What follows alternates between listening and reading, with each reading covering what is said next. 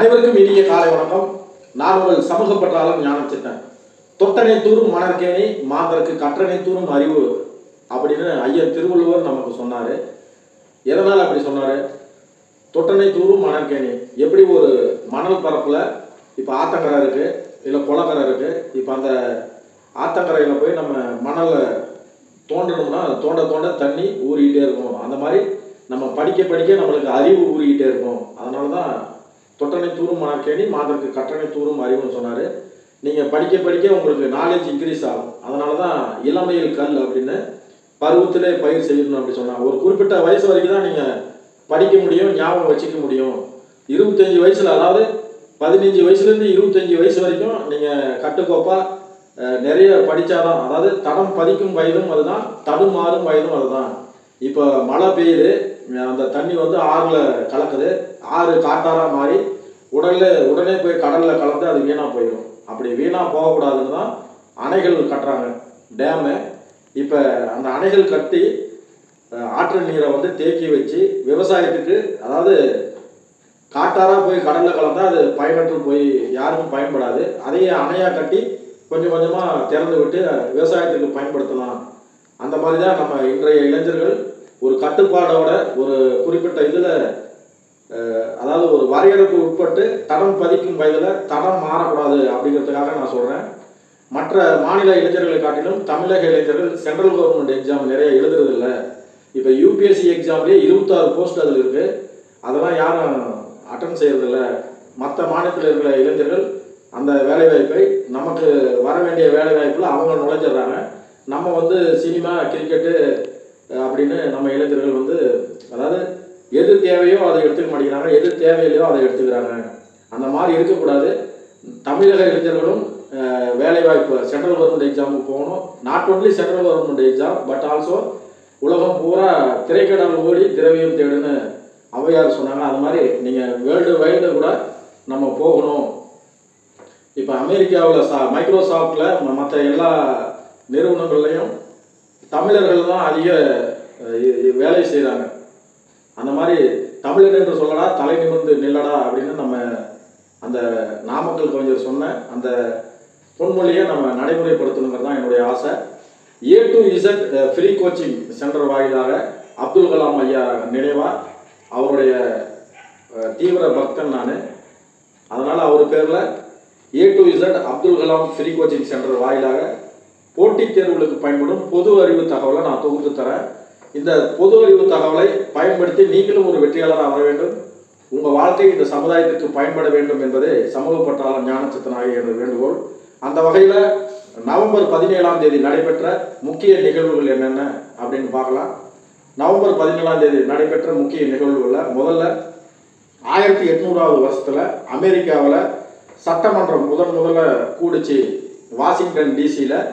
இப்போ அமெரிக்காவில் வந்து 2 கட்சி தான் இருக்குது. நம்ம இந்தியா மாதிரி வீதிக்கு ஒரு கட்சி உண்டு, ஜாதிக்கு ஒரு சங்கம் உண்டுன்னு. அங்கெல்லாம் கட்சின்னு எடுத்தால் 2 கட்சி. ஒன்று வந்து டெமோக்ராட்டிக் கட்சி. இந்த கட்சியை வந்து தாமஸ் ஜெபர்சன் அப்படிங்கிறவர் தோற்றுவிச்சார். உலகின் மிக பழமையான கட்சி எதுன்னு கேட்டால் இந்த டெமோக்ராட்டிக் கட்சி. அதுக்கு அடுத்ததாக ரிபப்ளிக் கட்சி. ரிபப்ளிக் கட்சி வந்து 2ஆவதான கட்சி. இப்போ சமீபத்தில் 60ஆவது அமெரிக்க ஜனாதிபதி தேர்தல் நடைபெற்றுச்சு. அதில் வந்து டொனால்டு ட்ரம்ப் அவர்கள் மறுபடியும் வெற்றி பெற்றிருக்கிறாரு. அது மட்டும் இல்லை, அமெரிக்காவில் வந்து 8 வருஷம்தான் அந்த பதவியில் இருக்க முடியும். ஒரு அதிபராக 8 வருஷம் தான் அவர் இருக்க முடியும் அப்படிங்கிற ரூல் அங்கே இருக்குது.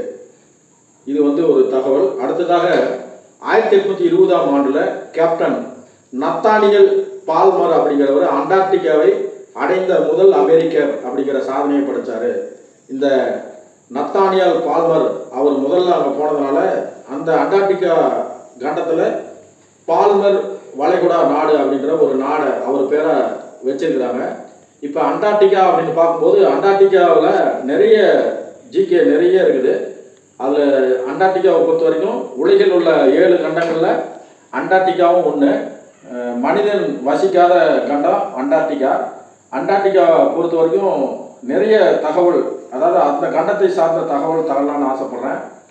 உலகில் உள்ள 7 கண்டங்கள் வட அமெரிக்கா, தென் அமெரிக்கா, ஆசியா, ஆப்பிரிக்கா, ஆஸ்திரேலியா, ஐரோப்பா. இது எல்லாமே ஒரு சிறப்பு என்னன்னா எல்லாத்துலேயுமே வந்து இப்போ அமெரிக்கா அப்படின்னா 7 தொடங்கி 7 முடியும், ஆசியானா 7 தொடங்கி 7 முடியும், அது மாதிரி யூரோப்னா ஈல தொடங்கி ஈல முடியும். இந்த மாதிரி ஒரு இது எல்லாமே பாருங்க, ஒரு ஃபஸ்ட்டு ஆரம்பிக்கிற எழுத்தும் அதே தான், முடிகிற எழுத்தும் அதே தான். அந்த மாதிரி அண்டார்டிகா வந்து பனிப்பிரதேச கண்டம். இது வந்து வருஷத்தில் 6 மாதம் வந்து சூரிய ஒளியே அதில் இருக்காது. அதனால் மக்கள் வசிப்பதற்கு ஏற்ற இடமா இல்லை, மனிதர்கள் வந்து அங்கே வசிக்க முடியாது. இருந்தாலும் உலக நாடுகளில் பெரும்பாலான நாடுகள் அங்கே தன்னுடைய ஆராய்ச்சி கூடத்தை வச்சிருக்கு. அது மட்டும் இல்லை, அண்டார்டிகா கண்டத்தில் வந்து 70% தண்ணீர், அதாவது நன்னீர் 70% பனிக்கட்டியாக மாறி இருக்கு. புவி வெப்பமாயதானதுனால அது பனிக்கட்டியானது உருகி, அதாவது குளோபல் வார்மிங்னு சொல்லுவாங்க. அதனால் அந்த பனிக்கட்டி உருகி கடல் மட்டம் உயர்ந்துக்கிட்டே வருது. அதை நம்ம தடுக்கணும். அடுத்தது அண்டார்டிகாவில் இருக்கிற மலையில் உயர்ந்த சிகரம் அப்படின்னு எது பார்த்தா வின்சன் மாசிப் அப்படிங்கிற சிகரம். இதனுடைய உயரம் வந்து 4892 மீட்டர். அதாவது உலகின் மிக உயர்ந்த சிகரம் வந்து எவரெஸ்ட். இது நேபாள நாட்டில் இருக்குது. இதனுடைய உயரம் 8848 மீட்டர். அதில் பாதி தான் வின்சன் மாசிப் அப்படிங்கிற சிகரம், அண்டார்டிகாவின் உயர்ந்த சிகரம். இந்த அண்டார்டிகா அப்படிங்கிற சொல் ஆர்டிக், அண்டார்டிக் 2 சொல்லுமே கிரேக்கத்திலிருந்து வந்துச்சு. ஆர்டிக் அப்படின்னா வட துருவம், அண்டார்டிக் அப்படின்னா தென் துருவம். அடுத்ததாக அண்டார்டிகாவில் வந்து நீங்கள் போய் 5000 மீட்டரு தோண்டுனா தான் அந்த நிலத்தை நம்ம அடைய முடியும். அதாவது 5000 மீட்டர் அல்ல 16000 அடி தோண்டுனா தான் மண் நம்மளுக்கு கிடைக்கும். அது வரைக்கும் பனியானது அப்படியே உறைந்த நிலையில் இருக்குது. அதனால் அது மட்டும் இல்லை, ஒரு துளி கூட மழையே பெய்யாத கண்டம் எதுன்னு பார்த்தோம்னா அண்டார்டிகா. மழை வந்து ஒரு சொட்டு கூட அங்கே பெய்யாது. காரணம், குளிர்ந்த -டிகிரியில் அங்கே இருக்கிறதுனால மழை மேகங்கள் அங்கே போக முடியாது, போனால் உறைஞ்சி போயிடும். அதனால் அண்டார்டிகாவில் மழையே பெய்யாது. அண்டார்டிகாவை அடைந்த முதல் மனிதர் அப்படிங்கிற சாதனையை வந்து ரோல்ட் அருண்சன் அப்படிங்கிறவர் செஞ்சார். அவர் நார்வே நாட்டுக்காரர். அவர் வந்து 1911 டிசம்பர் 14ஆம் தேதியில் அவர் போய் தென் துருவத்தை அடைந்தார், அருண்சன்னு. அதுக்கு அடுத்ததாக 1912ஆவது வருஷத்தில் ராபர்ட் பெட்சான் ஸ்காட் அப்படிங்கிற ஒரு 2ஆவதாக போனார். இப்போ இதில் ஒரு சுவாரஸ்யமான செய்தி இருக்குது. இப்போ முதல்ல போனவர் அருண்சன் அப்படிங்கிறவர், 2ஆவதாக போனவர் வந்து ஸ்காட் அப்படிங்கிறவர். இப்போ நீயா நானான்னு போட்டியில் 2 பேரும் அண்டார்டிகாவை போய் அடைஞ்சாங்க. அப்போ அடையும் போது முதல்ல வந்து அந்த தென் துருவத்தை அடைந்தவர் அருண்சன் அப்படிங்கிறவர், 2ஆவதாக போனவர் ஸ்காட் அப்படிங்கிறவர்.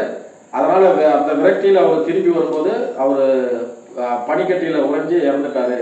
அதனால் அமெரிக்கா வந்து அண்டார்டிகாவில் இந்த அருண்சன் ஸ்காட் 2 பேர் அவங்கள நினைவாக அமெரிக்க ஆராய்ச்சி நிலையத்தை அங்கே அமைச்சிருக்கு. ஏற்கனவே நான் சொல்லியிருக்கிறேன், அண்டார்டிகாவில் நிறைய நாடுகள் ஆராய்ச்சி நிலையத்தை துவங்கியிருக்கு. அதில் இந்தியாவும் 3 ஆராய்ச்சி நிலையங்களை வச்சிருக்கு. ஒன்று வந்து தட்சின் கங்கோத்ரி அப்படிங்கிற ஆராய்ச்சி நிலையம், 2வது மைத்ரி அப்படிங்கிற ஆராய்ச்சி நிலையம், 3வது பாரதி அப்படிங்கிற ஆராய்ச்சி நிலையம். இந்த 3 ஆராய்ச்சி நிலையமும் அண்டார்டிகாவில் இருக்குது. அடுத்ததாக 1831ஆம் வருஷத்தில் கொலம்பியா நாடு வந்து ஈக்குவடார் மற்றும் வெனிசுலா நாடாக, அதாவது ஒரே நாடு 3 நாடாக பிரிஞ்சது. இப்போ நம்ம இந்தியாவில் எடுத்தால் கூட இந்திய தேசம் வந்து பாகிஸ்தானாகவும் வங்காளதேசமாகவும் பிரிஞ்ச மாதிரி கொலம்பியா நாடோடைய தலைநகர் வந்து பகோட்டா அப்படிங்கிறது அவங்களுடைய தலைநகர். அடுத்தது கித்தோ, ஈக்குவடார் நாட்டுடைய தலைநகர் வந்து கித்தோ. அடுத்தது வெனிசுலா நாட்டுடைய தலைநகர் வந்து கராகஸ் அப்படிங்கிறது. இப்போ இந்த கொலம்பியா நாடு 3 ஈக்குவடார், வெனிசுலா, கொலம்பியா இது 3 பிரிஞ்ச தினம் இன்னைக்கு. அடுத்ததாக 1869ஆவது வருஷத்தில் மத்திய தரைக்கடலையும் செங்கடலையும் இணைக்கிற சூயஸ் கால்வாய் திறக்கப்பட்ட தினம். இந்த சூயஸ் கால்வாய் திட்டமானது எகிப்தில் இருக்குது. எகிப்தில் செயற்கை கால்வாய். இந்த கால்வாயானது 193 கிலோமீட்டர் நீளமுடையது, 300 மீட்டர் அகலமுடையது. இந்த சூயஸ் கால்வாய் நிறைய நன்மைகள் இருக்குது. எப்படின்னா ஐரோப்பாவிலிருந்து ஆசியாவுக்கு வரணும்னா நம்ம ஆப்பிரிக்காவை சுற்றி தான் வரணும்னு இப்போ இந்த சூயஸ் கால்வாய் வெட்டினதுனால அந்த கால்வாய் மூலியமா நான் கிட்டத்தட்ட ஒரு 5000 கிலோமீட்டரை சுற்றி வரதை இந்த சூயஸ் கால்வாயானது எளிமையாக்குது. அதனால் இந்த சூயஸ் கால்வாய் திட்டம் திறக்கப்பட்ட தினம் இன்று. அடுத்ததாக 1873ஆம் ஆண்டு ஹங்கேரி நாட்டின் தலைநகர் புடாபெஸ்ட், அது வந்து ஹங்கேரி நாட்டின் தலைநகர் புடாபெஸ்ட், அந்த தலைநகர் உருவான தினம், அதுதான் தலைநகரான தினம் இன்னைக்கு. அது மட்டும் இல்லை, ஹங்கேரி நாட்டுக்கும் நம்ம இந்திய நாட்டுக்கும் ஒரு ஒற்றுமை இருக்குது. என்ன ஒற்றுமைன்னா, ஹங்கேரி நாட்டுடைய தேசிய கொடியும் இந்திய நாட்டுடைய தேசிய கொடியும் ஒரே மாதிரி இருக்கும். ரெண்டுமே வந்து கீழே, அதாவது மூணு வர்ணம் கொண்டது. கீழே பச்சை, நடுவில் வெள்ளை, மேலே வந்து ஆரஞ்சு. இந்த நீங்கள் பார்த்தீங்கன்னா வேரியேஷன் நல்லா, அதாவது அண்ணன் தம்பி மாதிரி ஒரே மாதிரி இருக்கும். என்ன ஒரே ஒரு வித்தியாசம்னா, நம்ம இந்திய தேசிய கொடியில் வந்து நடுவில் மையப்பகுதியில் வந்து அசோக சக்கரம் இருக்கும், அதில் இருக்காது.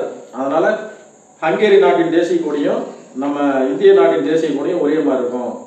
அடுத்ததாக பார்த்தோம்னா 1939ஆம் ஆண்டில் செக் நாட்டில் நாட்சி கட்சி எதிர்ப்பு, அதாவது நாட்சி கட்சி வந்து எதிர்ப்பு தெரிவித்து 9 மாணவர்கள் தூக்கில் இடப்பட்டு கொல்லப்பட்டார்கள். அது மட்டும் இல்லை, பல்லாயிரக்கணக்கான மாணவர்கள் கடுமையான தண்டனைக்கு உட்படுத்தினாங்க. அதனால் அந்த இன்னைக்கு வந்து நவம்பர் 17 வந்து அந்த சம்பவத்தை, அந்த நிகழ்ச்சியின் நினைவாக சர்வதேச மாணவர்கள் தினமாக அந்த நாளை நம்ம கடைபிடிச்சிட்டு வரோம். இப்போ பொதுறிவு போட்டித் தேர்வில் வந்து கேட்பாங்க சர்வதேச மாணவர் தினம் இன்னைக்குன்னு. அதே மாதிரி தேசிய மாணவர் தினம் வந்து அப்துல் கலாம் ஐயா பிறந்த தினம் அக்டோபர் 15. உலக மாணவர் தினம் வந்து சர்வதேச அளவில் நவம்பர் 17, இந்திய அளவில் அக்டோபர் 15 நம்ம அப்துல் கலாம் ஐயா பிறந்த தினம். அதே மாதிரி இளைஞர் தினம் ஒன்று இருக்குது. இளைஞர் தினம் வந்து தான் நம்ம ஜனவரி 12ஆம் தேதி வீரத்துறை விவேகானந்தர் அவர்கள் பிறந்த தினம் ஜனவரி 12. அதனால் தேசிய இளைஞர் தினமாக அதை நம்ம கடைபிடிச்சிட்டு வரோம். அடுத்ததாக பார்த்தோம்னா 1947ஆம் ஆண்டில் ஜான் பர்டீன் மற்றும் வால்டர் பிராட்டன் இவங்க 2 பேருமே டிரான்சிஸ்டரை கண்டுபிடிச்சாங்க. இந்த டிரான்சிஸ்டர் வந்து எலக்ட்ரானிக் இதில் வந்து ஒரு ரெவல்யூஷன் உண்டாக்குச்சு, மின்னணுவியலில் புரட்சி ஏற்படுத்துது இந்த டிரான்சிஸ்டரு. அடுத்ததாக 1970ஆம் ஆண்டில் லூனாக்கெட் அப்படிங்கிற செயற்கைக்கோளை ரஷ்ய நாடானது நிலவுக்கு அனுப்பிச்சு. 1970ஆம் ஆண்டில் லூனாக்கெட் அப்படிங்கிற விண்வெளி ஓடத்தை ரஷ்ய நாடு நிலவுக்கு அனுப்பிச்சு. அடுத்ததாக நவம்பர் 17ஆம் தேதி பிறந்த சாதனையாளர்கள் யார் யாருன்னு பார்க்கலாம். முதல்ல 1870ஆம் ஆண்டு வா கோபாலசாமி ரகுநாத ராஜாரியார். இவர் யாருன்னா தஞ்சையில் வந்து சரஸ்வதி மகால் தோற்றுவிச்சவர். அது மட்டும் இல்லை, கரண்டை தமிழ் சங்கம் மற்றும் மதுரையில் தமிழ் சங்கம் உருவாக இவர் காரணமாக இருந்தவர். இவர் ஆரம்பித்த அந்த சரஸ்வதி மகால் நூல் நிலையத்தை நம்ம 8 தொகை 10 பாட்டு நூல்களெல்லாம் வந்து வாவேசு அவர்கள் போய் இவர்கிட்ட இவர் தொகுத்து வச்சது தான். வாவேசு அவர்கள் போய் இவர்கிட்ட இருந்து வாங்கி தான் அந்த இதை பண்ணார், அதாவது முறைப்படுத்தி அதை வந்து இதை கொண்டு வந்தார். அதாவது அழிய போகிற இருந்த 8 தொகை 10 பாட்டு நூல்களை அதை வந்து பாதுகாத்து வைத்தார் உவே சாமிநாதன் அவர்கள். அதுக்கு காரணமாக இருந்த வா கோபாலசாமி ரகுநாத ராஜாளியார் பிறந்த தினம் இன்னைக்கு. அடுத்ததாக 1906ஆம் ஆண்டு கொய்சேரு ஹோண்டா அவர்கள் பிறந்தார். ஹோண்டா இருக்கு இல்லையா, இன்னைக்கு ஹோண்டா பைக்கு என்ஜின் ஹோண்டா அப்படிங்கிற நிறுவனத்தை தோற்றுவித்த சோய்சுரோ ஹோண்டா அவர்கள் ஜப்பான் நாட்டில் பிறந்தார். அடுத்ததாக 1909ஆம் ஆண்டில் தமிழறிஞர் கி இலக்குவாணர் அவர்கள் பிறந்தார். இவர் வந்து மிகச்சிறந்த தமிழ் அறிஞர். அது மட்டும் இல்லை, இவருடைய இயற்பெயர் வந்து லட்சுமணன். இவர் வந்து சின்ன வயசில் இருக்கும்போது தமிழ் மீது கொண்ட பற்றின் காரணமாக இவருடைய தமிழாசிரியர் வந்து இலக்குவன் அப்படின்னு பேர் வச்சாங்க. அதனால அவர் இலக்குவானர் அப்படின்னு அழைக்கிறாங்க. இவர் வந்து நிறைய மாத இதழில் நடத்துறவர். இலக்கியம், திராவிட கூட்டரசு, குரல் நெறி போன்ற இதழ்களை நடத்தியவர். அது மட்டுமல்ல, கலைஞர் மு கருணாநிதி, தோழர் நல்லக்கண்ணு, எழுத்தாளர் நா காமராசன், சபாநாயகர் காளிமுத்து மற்றும் பேராசிரியர் இன்குலாப் போன்ற சாதனையாளர்களுக்கு இவர் வந்து தமிழ் ஆசிரியராக இருந்திருக்கிறாரு. இதெல்லாம் ஒரு கூடுதல் தகவல். அடுத்ததாக 1920ஆம் ஆண்டு திரைப்பட நடிகர் ஜெமினி கணேசன் அவர்கள் பிறந்தார். இவருடைய இயற்பெயர் வந்து சுப்பிரமணிய சர்மா, கணபதி சுப்பிரமணிய சர்மாங்கிறது தான் இவருடைய இயற்பெயர். ஜெமினி கணேசன் ஏன் அவருக்கு பேர் வச்சாங்கன்னா, இந்த சுப்பிரமணியன் சர்மா அப்படிங்கிறது வந்து பின்னால் ராமசாமி கணேசன் வச்சாங்க. அவர் வந்து சென்னையில், அவர் வந்து பேசிக்கலி வந்து பிஎஸ்சி கெமிஸ்ட்ரி கிராஜுவேட்டு, பேராசிரியராக எம்சிசி காலேஜில் வேலை செஞ்சுருக்கிறார். மெட்ராஸ் கிறிஸ்டியன் காலேஜ் இருக்கு இல்லையா, அங்கே வந்து பேராசிரியராக வேலை செஞ்சுருக்கிறாரு. அதன் பிறகு ஜெமினி ஸ்டுடியோவுக்கு வந்து அங்கே மேக்கப் எடுக்கிற அந்த, அதாவது கலை மீது கொண்ட காதலால் அவர் வந்து ஒரு வாத்தியாராக இருந்து இதில் வர்றாரு, சினிமாவுக்கு வர்றாரு. சினிமாவுக்கு வந்து ஜெமினி ஸ்டுடியோவில் வேலை செஞ்சுட்டு அதிலிருந்து திரைப்படத்துறைக்கு வராரு. அப்படி வரும்போது அந்த காலகட்டத்தில் வந்து சிவாஜி கணேசன் வந்து ஃபேமஸான ஆக்டரு, பராக் சக்தி மூலம் ஃபேமஸாக இருந்தார். அதனால் ஒரே காலகட்டத்தில் ரெண்டு பேரும் வந்ததுனால கணேசன் இருக்கிறதுனால கன்ஃபியூஸ் இருக்கக்கூடாதுன்றதுக்காக இவர் ராமசாமி கணேசன் அப்படிங்கிற பேரை வந்து ஜெமினியில் வேலை செஞ்சதுனால ஜெமினி கணேசனா மாறினார். இவருடைய முதல் படம் வந்து 1947 மிஸ் மாலினி அம்மா அப்படிங்கிற படம். கடைசி படம் வந்து 1996 அவ்வை சண்முகிங்கிற படம். அது மட்டும் இல்லை, நிறைய அதாவது ஸ்பெசிஃபிக் இதில் நிறைய இருக்கிறாரு. அவர் ஹீரோவாக தான் நடித்தார்னு இல்லை, வில்லனாகவும் 2 படத்தில் நடிச்சுக்கிறாரு. தாயுள்ளம் அப்படிங்கிற படத்துலையும், வல்லவனுக்கு வல்லவன் அப்படிங்கிற படத்துலையும் வில்லனாக நடிச்சிருக்கிறாரு. அது மட்டும் இல்லை, இதயமலர் அப்படிங்கிற திரைப்படத்தை இயக்கியிருக்கிறாரு. அது இல்லாமல் இயக்குனர் ஸ்ரீதர் அவர்களுடைய முதல் படமான கல்யாண பரிசு அந்த திரைப்படத்தின் கதாநாயகர் இவர் தான். அதனால் இவர் நிறைய இந்த மாதிரி தகவல் எல்லாம் எதுக்கு நான் சொல்கிறேன்னா, நம்ம நடிகர்னு அப்படின்னு பார்த்துட்டு அதை மட்டும் மேலோட்டமாக இல்லாமல் நுனிப்புள் முயலாமல் இதெல்லாம் நமக்கு தெரியும். அதாவது அவர் நடிகராக மட்டும்தான் நம்ம பார்த்துருப்போம். அவர் ஒரு கல்லூரி பேராசிரியர், பிஎஸ்சி கிராஜுவேட் அப்படிங்கிறதெல்லாம் நம்ம தகவல் சொன்னால் தான் தெரியும். அதற்காக இதை நான் பதிவு செய்கிறேன். அடுத்ததாக நவம்பர் 17ஆம் தேதி இறந்த சாதனையாளர்கள் யார் யாருன்னு பார்க்கலாம். 1858ஆம் ஆண்டில் கூட்டுறவு இயக்கத்தின் தந்தை, கூட்டுறவு இயக்கத்தை தோற்றுவித்த ராபர்ட் ஓவன் அவர்கள் அமெரிக்காவில் மறைந்தார். அடுத்ததாக 1928ஆம் ஆண்டில் பஞ்சாப் சிங்கம் என்று அழைக்கப்படும் லாலா லஜபதி ராய் அவர்கள் மறைந்தார். இவர் வந்து பஞ்சாப் நேஷனல் வங்கியை தோற்றுவித்ததும் இவர் தான், லட்சுமி இன்சூரன்ஸ் கம்பெனியை தோற்றுவித்ததும் இவர் தான். லால் பால் பால், அதாவது லாலா லஜபதி ராய், பாலகங்காதர திலகர், பிபின் சந்திரபால், இந்த 3 பேருமே அந்த காலகட்டத்தில் சுதந்திர போராட்டத்திற்கு விதை விதைத்தவர்கள். இவங்க ஸ்டார்ட் பண்ணதுனால் அதன் பிறகு சுதந்திரம் வாங்குற வரைக்கும் இவங்க தான் முதல்ல களப்போராளிகளாக இருந்துருக்கிறாங்க. அதாவது இந்திய சுதந்திர போராட்டத்தில் முதல்ல இவங்கெல்லாம் ஒன்று சேர்ந்து போராடிக்கிறாங்க. இந்த லால் பால் பால், அதுக்காக இது சொல்கிறேன். அடுத்ததாக 1989ஆம் ஆண்டில் திருச்சி லோகநாதன் அவர்கள் மறைந்தார். திருச்சி லோகநாதன் அவர்கள் தான் தமிழ்நாட்டின், அதாவது தென்னிந்திய திரைப்படத்தில் முதல் பின்னணி பாடகர். பின்னணி பாடகர்னா இப்போ முன்னெல்லாம் கருப்பு வெள்ள காலகட்டத்தில் திரைப்படம் ஃபஸ்ட்டு வரும்போது தியாகராஜ பாகவர், இவங்க அதாவது கிட்டப்பா, இவங்கெல்லாம் வந்து அவங்களா பாடி பேக்ரவுண்டில் மியூசிக் இருக்காது, அவங்களா பாடணும், சொந்த குரலில் பாடி தான் நடிகராக இருந்தாங்க. முதல்ல திருச்சி லோகநாதன் அவர்கள் தான் பின்னணி பாடகராக வந்தார். அவர் நிறைய பாடல்களில் நிறைய பாடிக்கிறாரு. குறிப்பாக அவருடைய முதல் பாடல் வந்து வாராய் நீ வாராய் போகும் இடம் மலைக்கல்லன் அப்படிங்கிற திரைப்படத்தில்.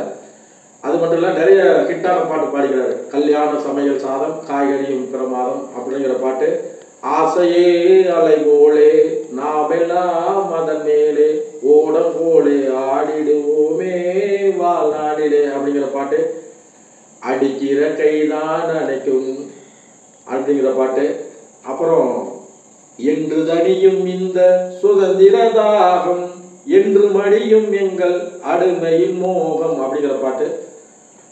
புருஷ வீட்டில் வாழ போகும் பெண்ணே தங்கச்சி கண்ணே அப்படிங்கிற பாட்டு. இந்த சாகாவரம் பெற்ற பாடல்கள் இதெல்லாம் பாடினது அவர் தான். அடுத்தது 2013ஆம் வருஷத்துல திடீர் கண்ணையா, நடிகர் திடீர் கண்ணையா மறைந்தார். இப்போ திடீர் கண்ணையானா யாருன்னு தெரியாது, ஆனால் அவர் வந்து நிறைய படத்தில் நடித்த நடிகர். குறிப்பாக வடிவேலு காமெடியில் வரும், அதில் வந்து ஆடு திருடு போகலை, ஆடு திருடு போன மாதிரி நான் ஒரு கனவு கண்டேன் அப்படின்னு ஒரு நகைச்சுவை காட்சி வரும். அதில் நடித்தவர் தான் திடீர் கண்ணையா. இன்னொரு கண்ணையா இருக்கிறார் எண்ணத்த கண்ணையான்னு. அவர் வந்து அவரும் நல்லா ஃபேமஸானவர் தான். வரும் ஆனால் வராது அப்படிங்கிற அந்த காமெடியில் நடித்தவர். இப்போ நான் இதெல்லாம் எதுக்கு நான் சொல்கிறேன்னா, பெரிய பெரிய நடிகருடைய வாழ்க்கையை பற்றி நம்ம தெரிஞ்சுக்கிறோம். இதெல்லாம் வந்து தெரிஞ்சுக்கணும். ஏன்னா எந்த பூவிலும் வாசம் உண்டு, எந்த பாட்டிலும் அர்த்தம் உண்டுன்னு. இது மாதிரி எண்ணத்தை கண்ணையான்னா அவர் எண்ணத்தை எடுத்து எண்ணத்தை சொல்லின்னு பழைய படத்தில் அந்த டைலாக்ல நடித்ததுனால அவருக்கு எண்ணத்தை கண்ணையான்னு பேர். அடுத்ததாக 2015ஆம் வருஷத்தில் பித்துக்குடி முருகதாஸ் அவர்கள், முருக பக்தி பாடல்கள் பாடின பாடகர் பித்துக்குடி முருகதாஸ் அவர்கள் மறைந்தார். அவருடைய இயற்பெயர் வந்து பாலசுப்ரமணியன் அப்படிங்கிறது. இன்றைய முக்கிய தகவல் அவ்வளோதான். இந்த தகவலை எல்லாமே உங்களுக்கு நீங்கள் அதாவது ஆல்ரெடி தெரிஞ்சிருப்பீங்க. இருந்தாலும் உங்களுக்கு தெரிஞ்ச விஷயத்தை நான் மேலும் தெரியாத விஷயங்களாகவும் நீங்கள் அரிய தகவலாகவும் அவசியம் அறிய வேண்டிய தகவலாகவும் இருக்குன்னு நான் நம்புகிறேன். இந்த தகவலை பயன்படுத்தி நீங்களும் ஒரு வெற்றியாளராக வரணும். உங்கள் வாழ்க்கையும் இந்த சமூக மேன்மைக்கு பயன்பட வேண்டும் என்று மீண்டும் ஒரு நல்ல தகவலோடு நான் உங்களை சந்திக்கிறேன். உங்களிடமிருந்து விடைபெறுவது சமூக பற்றாளர் ஞானச்சித்தன். நன்றி, வணக்கம்.